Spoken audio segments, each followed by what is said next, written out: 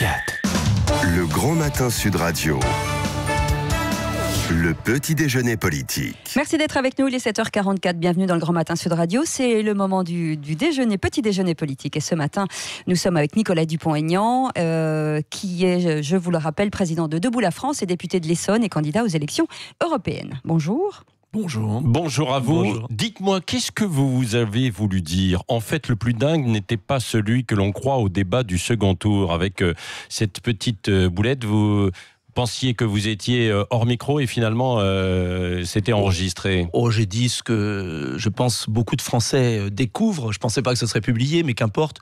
Ce que beaucoup, ce que beaucoup de Français découvrent, c'est que Marine Le Pen a été accablée après le départ du second tour. Alors qu'en vérité, le plus perché, c'était sans doute Emmanuel Macron, et malheureusement, il est président de la République. Donc voilà, j'ai les dit gens que du Rassemblement National ne le comprennent pas ainsi. Parce qu'ils n'ont pas regardé la vidéo, qui était au contraire, je rendais justice à Marine Le Pen, qui a été accablée après ce débat, et on s'aperçoit maintenant que c'est Emmanuel Macron qui quand même est un président de la République assez particulier. Oui, bon, donc vous tentez de vous réconcilier aussi en quelque sorte avec Marine Le Pen. Mais je ne cherche pas à me réconcilier. Attendez, moi je ne suis pas dans la politique, spectacle. Qu'est-ce que vous faites ? Vous faites de la politique, la politique non ? spectacle. Oui. Je veux dire, vous savez, j'ai été le seul qui a soutenu Marine Le Pen au second tour. J'ai été le seul qui n'a rien dit après le débat du second tour. Personne ne peut douter de la loyauté que j'ai eue. En revanche, j'ai toujours gardé mon libre arbitre et ma liberté de parole. Et je pense que le système veut absolument nous diviser en permanence, mais moi je ne dirai jamais de mal d'elle. Oui. Et je considère au contraire qu'il faut unir les patriotes, les républicains, pas seulement d'ailleurs unir ceux du Rassemblement national, mais je veux et je tends la main aux républicains qui sont attachés à la France, et c'est le sens de ma candidature européenne. Donc rien ne me fera dévier. Alors pourquoi vous ne faites pas alliance avec Marine Le Pen ? Je l'ai proposé, je lui ai écrit une lettre, oui. Et j'ai proposé une grande alliance pour les européennes, une grande coalition, parce que j'ai constaté que Marine Le Pen n'est pas candidate, qu'elle n'a pas de candidat. J'ai constaté que Laurent Wauquiez n'est pas candidat, n'a pas de ligne politique. Moi, je suis candidat, j'ai un projet politique et j'ai ouvert les bras aux deux côtés. Je leur ai écrit, j'attends leur réponse. Et vous savez, au-delà des personnalités politiques, on n'est pas propriétaire des électeurs. Moi, je m'adresse à tous les électeurs, car je suis convaincu que la crise européenne d'aujourd'hui exige une réponse de la France et une autre réponse que celle de Macron. Voilà, point. Et donc, c'est pas tous les petits réseaux sociaux qui vont m'ébranler à cette alliance avec Marine Le Pen. Mais dans ces conditions, vous voudriez être en pole position numéro 1 ou alors vous Mais êtes je suis candidat. Elle n'est pas candidate. Oui. Elle n'a pas de candidat. Je suis candidat. J'ai déjà rassemblé des personnalités politiques, notamment certaines venant des Républicains, d'autres venant du Front National, et je suis convaincu qu'aux élections européennes, il faut une grande liste patriotique. Oui. J'en suis convaincu. Venant du Rassemblement National chez vous ? Il y a quelques personnalités qui viennent, je m'en réjouis, point. David Rachlin dit que ce sont des tocards. Mais il dit ce qu'il veut, mais est-ce que vous croyez que je vais polémiquer avec David Rachlin ? Moi, vous savez, j'ai une idée de la politique, c'est de servir mon pays. Je suis convaincu qu'il y a une attente d'alternative à Emmanuel Macron, mais qu'elle doit se construire sur des bases sérieuses, avec un projet, des personnalités intègres. Et je me réjouis qu'il y ait des personnalités intègres qui viennent de différents courants, qui m'aident et qui me soutiennent. Point. Vous savez, je commence peut-être à gêner, alors ça s'excite dans les appareils. Mais les électeurs, ils en ont marre des appareils politiques. Peut-être des appareils politiques, puisque on s'aperçoit qui a besoin d'une alternative à Emmanuel Macron. On s'aperçoit que j'ai un projet sérieux. Maintenant, moi, j'avance. Ils ne veulent pas avancer. Attendez, il y a une crise européenne et les principaux partis, vous l'avez vu cet été, dans tous les journaux, vous en avez parlé sans doute, les principaux partis politiques français n'ont pas de candidats aux élections européennes. Nous, on y va, Debout la France. Et puis après, les électeurs jugent, point. Oui. Marine Le Pen rencontre aujourd'hui Matteo Salvini. C'est elle quand même qui va réussir à fédérer malgré son échec, ce qu'on disait tout à l'heure à la présidentielle ou pas ? Mais moi, je me réjouis qu'elle rencontre Matteo Salvini. Elle n'est pas candidate, c'est elle-même qui a dit « Je ne veux pas aller aux élections européennes ». Donc ne cherchez pas à nous opposer inutilement. Elle rencontre Matteo Salvini, c'est très bien. Je pense qu'il faut que la France soit présente, que les euro-réalistes, comme je dis français, soient présents au Parlement de Strasbourg. Il ne suffit pas de se confier à Matteo Salvini ou à Orban. Il faut qu'il y ait une voix française, euro-réaliste, euro-sceptique, constructive avec de nouvelles propositions sur l'Europe pour changer, réorienter le continent européen. C'est ça l'enjeu, en termes migratoires, en termes de sécurité, en termes de dumping social. Vous savez, Patrick Roger, ce qui m'intéresse, c'est le fond des choses. Comment on va améliorer la vie des Français.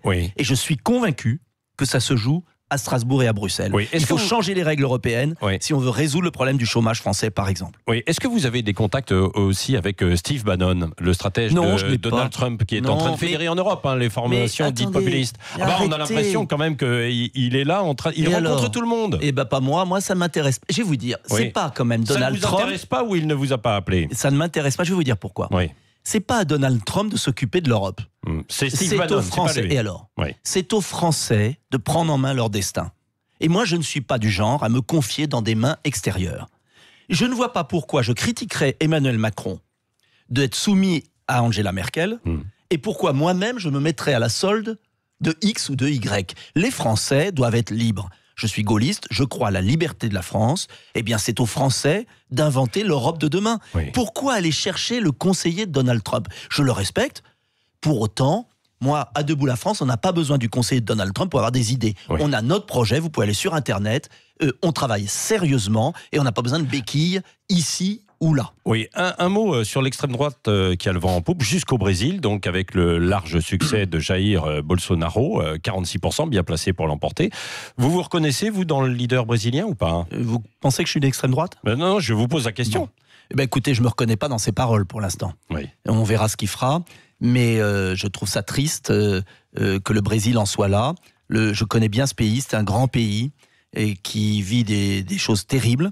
Et j'attends de voir, mais justement, ça prouve qu'en France, si on parle de la France, moi je suis élu français, si on ne traite pas les problèmes, si on laisse pourrir les problèmes, si on ne s'occupe pas du peuple, si on n'a pas des solutions intelligentes, fortes, eh bien, un jour, l'histoire peut dérailler. Et moi, je ne souhaite pas qu'en France, ça déraille. C'est tout le sens de mon combat politique, et vous le savez. 2 questions, 2 réponses sur des choses très concrètes. Le crédit impôt pour accueil de réfugiés, crédit de solidarité, c'est une idée de La République En Marche. Qu'est-ce que vous en pensez? J'y suis fondamentalement hostile. Je pense que La République En Marche devrait s'occuper de nos retraités, qu'elle a spoliés. Je pense que La République En Marche devrait s'occuper des plus modestes, qu'ils sont en train de spolier avec la suppression de 150 000 emplois d'insertion. Ceux qui, dans nos communes, avaient besoin de travailler pour sortir du RSA. Et je pense que quand on a 6 millions de chômeurs, on s'occupe de nos concitoyens d'abord. Voilà. Et je trouve ahurissant cette préférence étrangère permanente de ce gouvernement. Autre idée qui vient de vous cette fois, faire payer les détenus leur incarcération. J'ai fait cette proposition de loi. Mais c'est inapplicable, si? Mais si, ça existe dans plein de pays. Quand vous allez à l'hôpital, les plus modestes d'entre nous, de tout le monde, vous payez 20 € par jour entre nous pour manger de la merde. Et je sais de quoi je parle parce que j'ai accompagné mes vieux parents à l'hôpital pendant des mois l'année dernière. Et un prisonnier qui est un délinquant, il paye rien alors que souvent il a accumulé des fortunes dans ses vols. Donc je dis simplement, comme aux États-Unis, comme dans d'autres pays, eh bien pourquoi le prisonnier ne travaillerait pas en prison? Il faut d'ailleurs le réinsérer par le travail plutôt que l'oisiveté. Et pourquoi il ne paierait pas ses repas? Je ne vois pas ce qu'il y a de choquant. Et j'ai fait cette proposition de loi et d'ailleurs je me réjouis qu'elle ait été signée. Vous voyez que ça progresse, l'union dont je parle, à la fois par des députés républicains, des députés UDI et des députés du Rassemblement national. Je veux que les Français comprennent que si on veut battre Macron un jour, il faut une union de la droite, il faut une union des patriotes. Ça viendra sur des propositions concrètes. Brièvement, Michel Onfray, déprogrammé de France 5 après une lettre ouverte adressée à Macron que certains jugent homophobe. Censure ou pas, selon vous? Bien sûr que c'est de la censure quand on sait qui est Michel Onfray. Vous savez, le pouvoir se sent de plus en plus minoritaire dans le pays. Il a une tentation autoritaire. Et je pense que les Français n'aiment pas ça. Les Français sont profondément attachés à la liberté. Le mot de la fin avec Cécile de Ménibus, Nicolas Dupont-Aignan. Bonjour. Au sein de l'appareil politique, beaucoup de violences verbales. Vous prenez souvent tous les valeurs de la République sans jamais vraiment les appliquer. Est-ce que vous avez l'impression tous d'être un exemple pour la jeune génération? Ça veut dire quoi, tous? Moi, je ne me reconnais pas dans ce que vous dites. Si, quand vous parlez vous avez quand même traité Macron de traître. C'est un mot extrêmement violent. Écoutez, quand on brade des entreprises qui appartiennent aux Français, quand il y a une commission d'enquête sur Alstom qui voit qu'il a joué un rôle clé dans dans le bradage d'une grande entreprise Alstom, oui, j'appelle ça de la traîtrise et c'est un mot fort, mais vous savez, les mots ont un sens. Je regardais l'exposition Clémenceau, vous savez, Clémenceau s'exprimait beaucoup plus fortement à l'époque. Ne confondons pas des mots forts avec des mots d'insulte, ce qui n'est pas le cas. En tout cas, pas de mon fait. Bon, ok. Merci Nicolas Dupont. Dupont. Et nous avons un invité surprise pour vous. Oui, c'est Marine Le Pen. Bonjour Nicolas Dupont et Dupont. Bonjour. Alors, comme ça, tu me traites de folle dingue, bien sûr. Hein. Alors, attends, puisque tu es devenu expert psychiatrique, il faut t'appeler Nicolas Freud Dupont-Aignan, c'est ça? En tout cas, ce qui est sûr, c'est que tu n'es pas voyant. Sinon, tu aurais vu que 100 mois aux européennes, tu vas te planter. Alors, voici ma question. Si moi je suis folle, toi, avec ton double discours de bipolaire médiatique, ne penses-tu pas qu'il y a plus de personnalité dans ta tête que de voix dans tes urnes? Faut répondre, hein. Oh bah, il suffit de regarder la vidéo, je n'ai jamais dit ça. D'accord, on regardera la vidéo. Il faut mieux regarder les choses avant de parler des choses. Voilà. Oui. C'était Dany Moreau. Merci, on vous retrouve à 8h20 en direct et en Facebook Live. Merci Nicolas Dupont-Aignan, président de Debout la France et député de l'Essonne. Il est 7h55. Merci d'être avec nous.